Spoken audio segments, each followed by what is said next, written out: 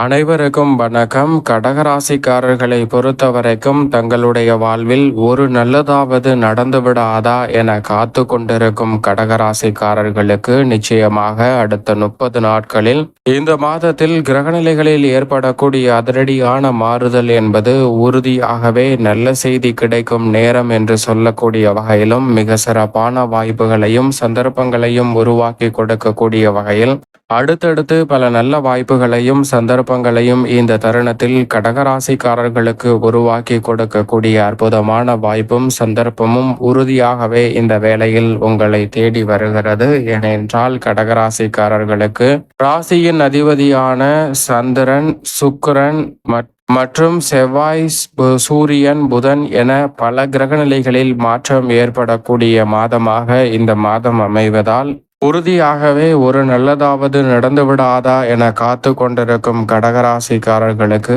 எதிர்பார்க்கக்கூடிய நல்ல வாய்ப்புகளும் சந்தர்ப்பங்களும் நிச்சயமாக உங்களை தேடி வரப்போகிறது. குறிப்பாக இந்த வேளையில் கடகராசிக்காரர்களை பொறுத்த வரைக்கும் அதிரடியான மாற்றத்தை ஏற்படுத்தி கொடுக்கக்கூடிய வகையில் ராசியின் அதிபதியான சந்திரன் 12 இடங்களிலுமே மாறி மாறி வலம் வர போகிறாருங்க. ராசியின் அதிபதியான சந்திரனை பொறுத்த வரைக்கும் 12 இடங்களிலும் மாறி மாறி வலம் வருவதால் நன்மை தீமை கலந்த ஒரு அமைப்பாக தான் பார்க்கப்படுகிறது. அவர் சாதகமாக வலம் வரும்போது நன்மை நிறைந்த வாய்ப்புகளும் அதே சமயம் சாதகமற்ற நிலை அஷ்டமத்தில் வலம் வரும் போதும் அதிக கவனத்துடன் இருக்க வேண்டும் என்பதை திட்டவட்டமாக சந்திரனின் அமைப்பு கடகராசிக்காரர்களுக்கு தெல்ல தெளிவாக எடுத்து காட்டுகிறது. அதே வேளையில் ராசியின் உச்ச அதிபதியாக இருக்கக்கூடிய குரு பகவான் முழுமையாக விரயத்தில் வலம் வருகிறார். பொதுவாக விரயஸ்தானம் என்பது அவ்வளவு நன்மையை கொடுக்கக்கூடிய இடம் இல்லை என்றாலும் நிம்மதி பிறக்கக்கூடிய ஒரு இடமாக, மகிழ்ச்சி கிடைக்கக்கூடிய ஒரு இடமாக முழு சுபகிரகமான குருவின் அமைப்பால் மாறும். ஏனென்றால் வீண் விரய செலவுகள் அனைத்தையும் சுப விரயங்களாக மாற்றி கொடுப்பதோடு முன்னேற்றத்திற்கும் பொருளாதார ரீதியான வளர்ச்சிக்குமான உயர்வை ஏற்படுத்தி கொடுக்க போகிறார். விலை உயர்ந்த பொருட்களை வாங்கி மகிழ்வதோடு நீங்கள் நினைத்த பல காரியங்களை உறுதியாகவே தடை தாமதம் இல்லாமல் குடும்பத்தில் மகிழ்ச்சியை இரட்டிப்பாக மாற்றிக்கொள்ளக்கூடிய வகையில் இந்த தருணத்தில் கைகூடுங்க. வருமானத்தை விட செலவு அதிகரித்தாலும் கூட கடன் வாங்க வேண்டிய நெருக்கடி இல்லை என்பதை திட்டவட்டமாக குரு விரயத்தில் பலத்துடன் அமர்ந்திருப்பதால் உறுதிப்படுத்துகிறார். உடல்நல ஆரோக்கியம் சார்ந்த விஷயங்களிலும் அலைச்சலை சந்தித்தாலும் கூட அதற்கு ஏற்ற ஆதாயத்தையும் மனநிறைவையும் இந்த தருணத்தில் சந்திப்பதற்கான சந்தர்ப்பத்தை நிச்சயமாக உருவாக்கி கொடுக்கிறார். உடல்நல ஆரோக்கிய தொல்லைகள் விலகும். மிகப்பெரிய அளவிலான நெருக்கடிகளும் இந்த தருணத்தில் கட்டுக்குள் வரக்கூடிய ஒரு இனிமையான தருணமாக அமைவதற்கான சந்தர்ப்பமும் உண்டு.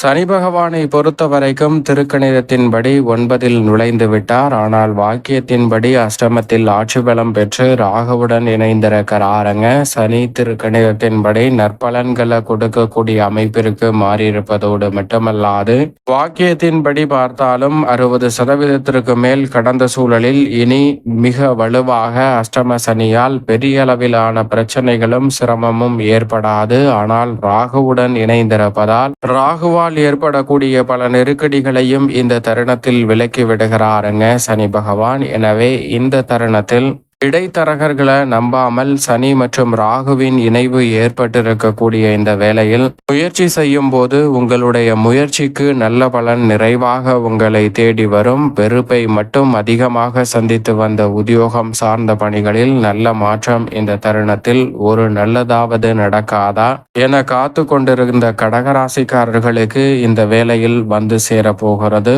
உங்களுடைய விருப்பப்படியே வெளிநாட்டு வேலை வாய்ப்பு உள்ளிட்டவையும் சாதகமாக கைகூடும்.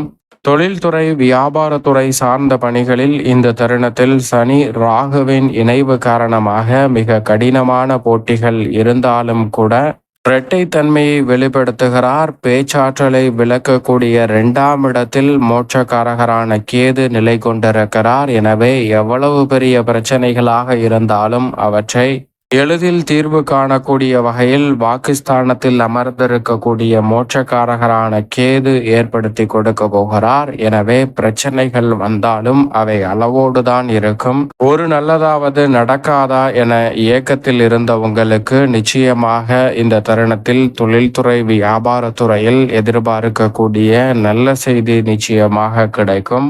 ராசியின் நீச்ச அதிபதியாக இருக்கக்கூடிய செவ்வாயை பொறுத்த வரைக்கும் ஜென்ம ராசியை விட்டு விலகுகிறாருங்க. 8ஆம் தேதி முதல் ஜென்ம ராசியை விட்டு விலகுவது அதிரடியான மாற்றத்தை ஏற்படுத்தி கொடுக்க போகிறது. கடந்த சில மாதங்களாகவே அவர் நீச்ச நிலையில் சஞ்சரித்த சூழலில் ஜென்மத்தில் வலம் வந்தார். ஜென்மத்தை விட்டு விலகுவதால் ராகுவுடன் இணைவதால் குடும்பஸ்தானம் வலுவுள்ளதாக மாற்றப்படுவதால் பல சுப நிகழ்வுகளில் சின்ன சின்ன தடைகள் வந்தாலும் மனநிறைவை பெறக்கூடிய வகையில், மகிழ்ச்சி இரட்டிப்பாகக்கூடிய வகையில் பல்வேறு வகையான சுப நிகழ்வுகள் சார்ந்த விஷயங்களில் வெற்றி கிடைக்குங்க. மன மகிழ்ச்சி பெறக்கூடிய வகையில் வருமானம் இந்த தருணத்தில் உயரும். கால்நடை வளர்ப்பில் அபிவிருத்தி காணக்கூடிய சந்தர்ப்பம் உண்டு. தொட்ட காரியம் அனைத்தும் துலங்கும் என்று சொல்லக்கூடிய வகையில் இந்த தருணத்தில் செவ்வாயின் அமைப்பு மற்றும் கேதுவின் அமைப்பு காரணமாக பல்வேறு வகையான நெருக்கடிகளை விலகி முன்னேற்ற பாதையில் பயணிக்கக்கூடிய வாய்ப்பும் சந்தர்ப்பமும் உறுதியாகவே கடகராசிக்காரர்களை தேடி வருகிறது. சுக்கிரன் இந்த மாதத்தில் துவக்கத்தில் கர்மஸ்தானத்தில் வலம் வருகிறார். இறுதியில் ஆட்சி பலம் பெறுகிறார். சுக்கிரன் லாபஸ்தானத்தில் ஆட்சி பலம் பெறுவதால் அந்த தருணத்தில் நீங்கள் நினைப்பதை காட்டிலும் லாபஸ்தானத்தை நோக்கி நகர்ந்து கொண்டிருக்கக்கூடிய சுக்கிரனின் அமைப்பால் கலைத்துறை, அரசியல் துறையில் தனலாபத்தை உயர்த்தி கொள்ளக்கூடிய நல்ல வாய்ப்பும் சந்தர்ப்பமும் நிறைவாக கிடைக்கிறது. பெருவாரியான கிரகநிலைகளின் சுப பார்வை என்பது பலம் நிறைந்தவையாக அமைவதால் நீங்கள் நினைத்த பல காரியங்களை இந்த மாதத்தில் முன்கூட்டியே திட்டமிட்டு செய்து முடிக்கக்கூடிய வாய்ப்பும் சந்தர்ப்பமாக உள்ளது.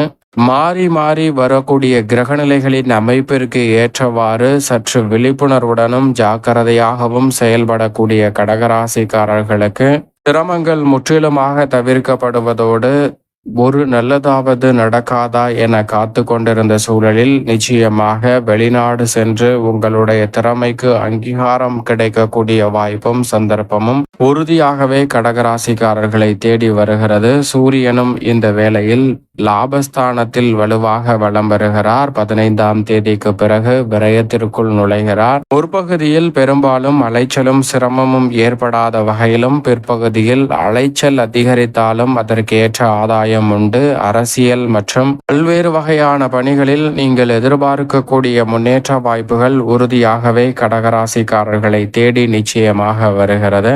இந்த மாதத்தின் துவக்கத்தில் வித்யாகாரகரான புதன் மிகவும் வலுவாக லாபஸ்தானத்தில் வலம் பெறுகிறார். துவங்கிய சில தினங்களிலே விரயத்தில் ஆட்சி பலம் பெறுகிறார்.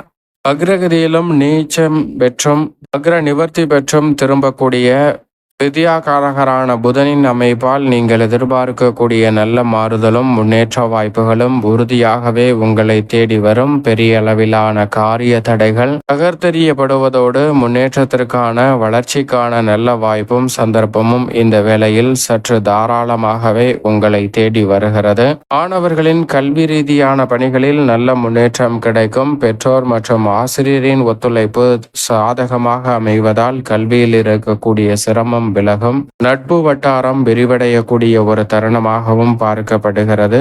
மேலும் இந்த தருணத்தை கடகராசிக்காரர்கள் சாதகமாக மாற்றிக்கொள்ள நிச்சயம் இந்த வேளையில் வருகின்ற மாதத்தில் இருக்கக்கூடிய 4 செவ்வாய்க்கிழமைகளும் விரதமிருந்து அருகாமையில் உள்ள முருகப்பெருமான் ஆலயம் சென்று தீபம் ஏற்றி வழிபாடு செய்யுங்கள். தடைதாமதம் தகர்த்தெறியப்பட்டு தங்களுடைய வாழ்வில் மகிழ்ச்சியும் நிம்மதியும் கிடைப்பதோடு ஒரு நல்லதாவது நடக்காதா என காத்து கொண்டிருக்கும் கடகராசிக்காரர்களுக்கு உறுதியாக நிச்சயமாக நல்ல செய்தி கிடைக்கும் என்பதில் சந்தேகமே இல்லை என்பதை திட்டவட்டமாக எடுத்து காட்டுகின்றன கிரகநிலைகள்.